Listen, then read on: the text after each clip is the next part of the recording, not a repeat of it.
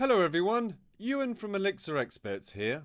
Today I'm going to show you how the collapsed as-built method of delay analysis actually works in action. I will discuss its reliability and dispute resolution in a follow-up to this video. Okay, let's get into it, and please like and subscribe if you like it. The collapsed as-built method of delay analysis provides for deducting delay events from the as-built program to show what would have happened but for the delay events. The analysis commences with a detailed logic-linked as-built program and identifies delays to that program which are deducted from or collapsed out from the as-built program in order to ascertain the net impact of the delay events. Project records are then examined to assess how the delay events might have been caused. Since a baseline program is not required, I do not have to show you a baseline program. However, I have shown one here. Firstly, because it provides the background to the works, and secondly, because if all the delays are collapsed out of the as-built program, it should theoretically return to the as-planned program, save for any unaccounted for delays. The as-planned program shows the construction of two buildings, Building 1 and Building 2, each comprising a substructure and superstructure. The start date is the 1st of January, and completion is forecast to be achieved on the 31st of August. I've recorded the base details of the program in a table below to assess the impact of any delay events. The table shows the date for planned completion, the 31st of August, any critical delay which is likely to be 0 in the as-planned program, and what is critical at the time of the analysis, the substructures of Building 1 and Building 2. I've shown here the as-built program, which shows completion once the superstructure of Building 1 had been completed on the 31st of October. This is recorded in the table below, showing that there had been a 61-day delay to completion between the as-built program and the as-planned program.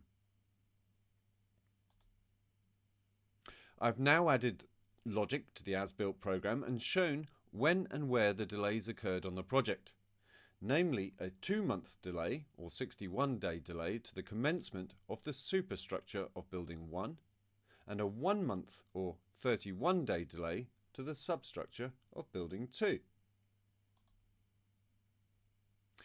With the logic showing the relationships between the activities added, it is possible to identify the critical path at the end of the project. In this case, the as-built critical path runs through Building 1 as the longest continuous path to completion. This allows me to collapse out the first delay, i.e. the latest delay to Building 1. And the critical path reverts to the next nearest critical path in Building 2. As recorded in the table below, the completion date comes back from the 31st of October to the 1st of October, meaning that the overall critical delay reduces from 61 days in the as-built program to 31 days after the collapse of the first delay. In turn, this means that the delay attributed to the delay to the superstructure of Building 1 is 61 days less 31 days, equating to 30 days. When the second delay to Building 2 is collapsed out, the program reverts to the next nearest critical path, or in this case, the original as-planned program.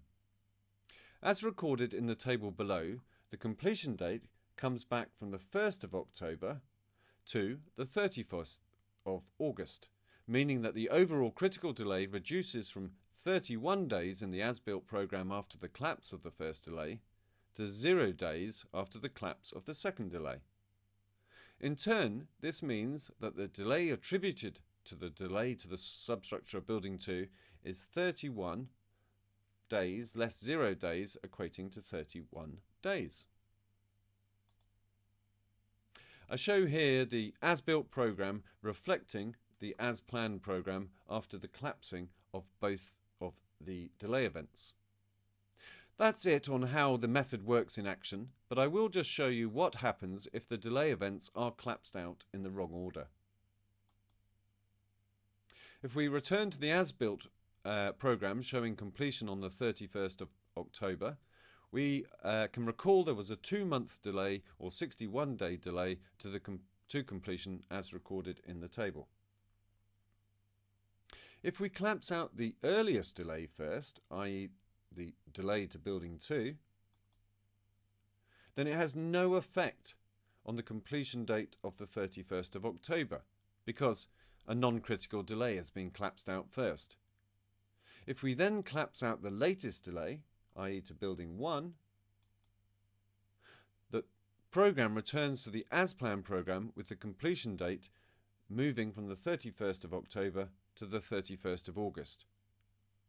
This means that the entirety of the 61-day delay